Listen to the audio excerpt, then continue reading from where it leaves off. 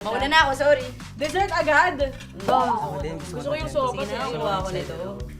Sorry naman, inuna ko yung sopas. Soup first, Bango. as an appetizer. Ay, wait, sasabahin ko na kayo. Hindi mo kayo ng piyasin mo kasi. Oh my God!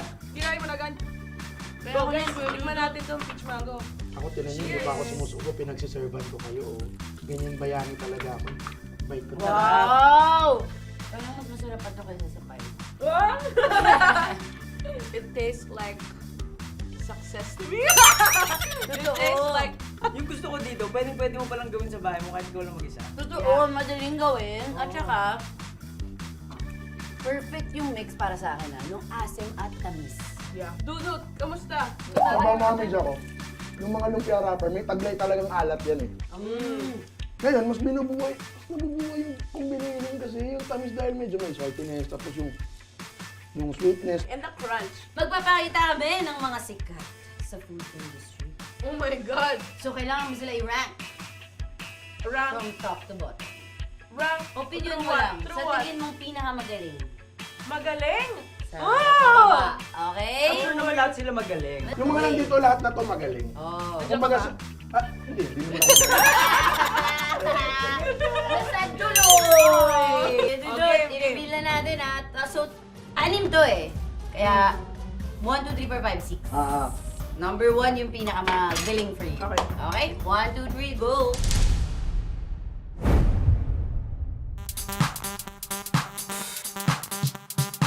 Oh my God!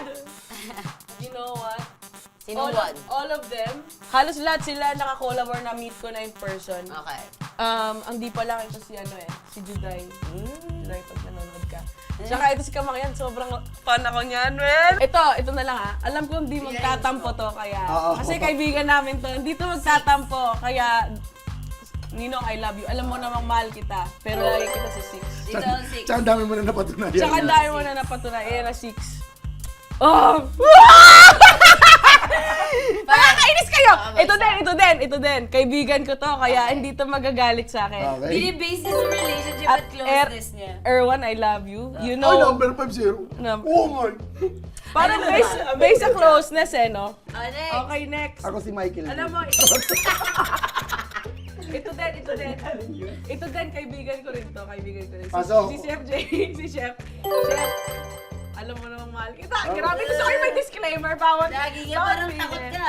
Hindi to magagalit sa akin. Mabait to Tama sa lapit akin. yan si Chef JR. Okay. Ito rin si Marvin. Mabait din to sa akin.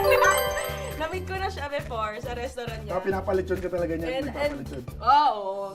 Gusto ko yung pagkain niya. Deserve yan, deserve. Next. Big fan ako. Big fan niya ako kasi regular watcher niya ako. Kamang yan. Next. Style. I'm keeping Judy Ann sa dulo, sa number 1 kasi na-inspire niya rin naman ako. When I was starting, I only had a few role models in the creator industry space na babae.